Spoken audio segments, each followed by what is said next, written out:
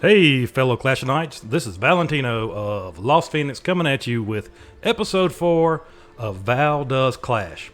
Now, don't forget, guys, in today's episode, a weird picture or something is going to pop up. Take note of what time it pops up. Post in your comments the exact time you think it popped up, and you're going to have to be a little specific. It's going to be something to the hundredth of a second, something like 3 minutes, 22.63 seconds. Somewhere in that range. It's the only way I can do this and not have too many ties. So I hate to make you think about a little math, but we're going to have to go to 2 decimal places on the second. All right, you guys, good luck with that. Let's get into today's action. Okay, our first replay is from King Sud Warlord of Lost Phoenix. He is defending against 3 vertical lines from the clan Yale Japan. Now, 3 Lines starts off this attack by opening up that top enclosure. He sent in 1 golem, a few wall breakers. He now has a pretty decent opening to get to the center of this base.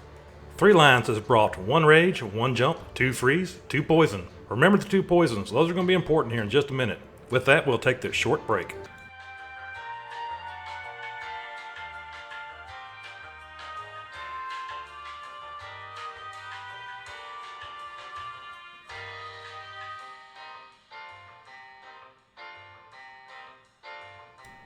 Okay, we're back after that brief intermission. 3 Lines has resumed his attack. He's put out a few golems. He has a 3rd golem coming out of his clan castle at the top. He's got a nice little spread on his wizard, and here come a few more wall breakers. Out comes the Archer Queen. Out comes the Pekkas. Here comes the Barbarian King. And here we go, guys. 3 Lines has dropped his rage spell. He's dropped the jump spell into that center enclosure. He's dropped the first of his freeze.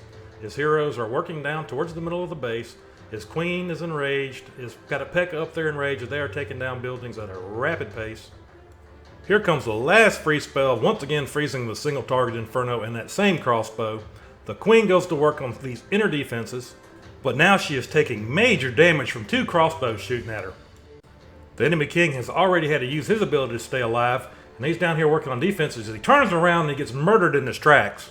I think he was dead before his face hit the floor. The queen is working on the town hall, but she stops to shoot the skeletons that are chasing the Golemite through the base. She turns back to the town hall, but she is just overwhelmed by all the defenses that are still up in the middle. Now, I can't say for a fact that he would have taken the town hall down if he'd have dropped a poison spell, but it would have been closer than that. 3 Lines is at 41% as he takes his time and looks around to see if anything is not covered by any kind of defenses. Nothing seems to be just real easy to get to, so he drops a few wall breakers and the last bit of his troops trying to get that miracle 9%, 8% now, and try to save a 1-star victory for himself.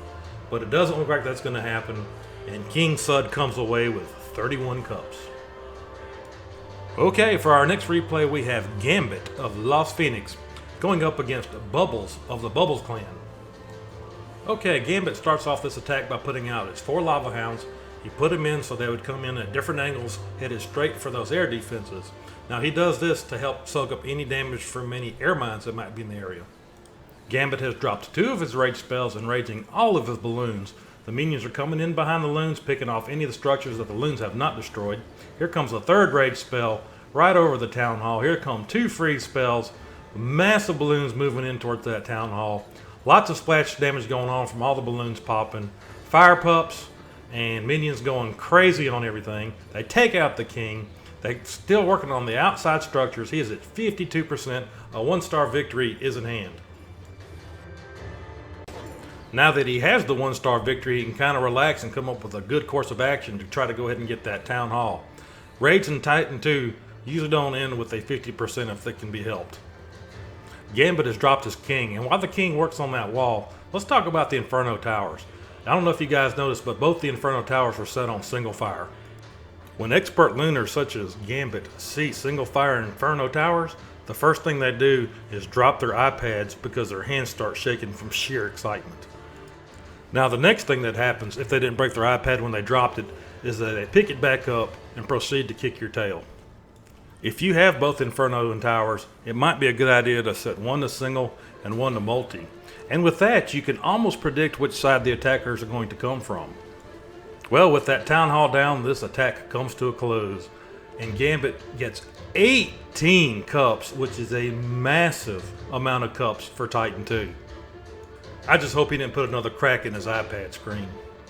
Congratulations to Gambit on that wonderful attack. And that brings me to the end of the show.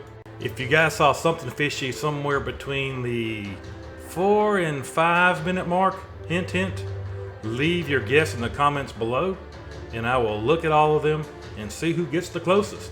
In the event of a tie, I will randomly select the winner. Okay guys, that is going to do it for me. This is the end of episode 4. If you enjoyed, give me a like. If you liked it enough, give me a sub. Please show me some love. We need all the views we can get. Good luck to everybody with the contest, and we'll see you next time on Val Does Clash.